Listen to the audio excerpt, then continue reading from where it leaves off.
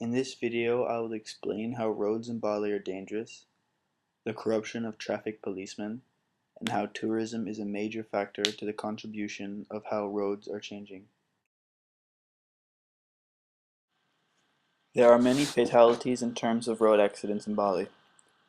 Just in the first 3 months of 2011, there were 300 cases of people who lost their lives due to road accidents. Most of these cases are where the passenger or driver was driving without a helmet, or a helmet that does not meet the helmet safety standards.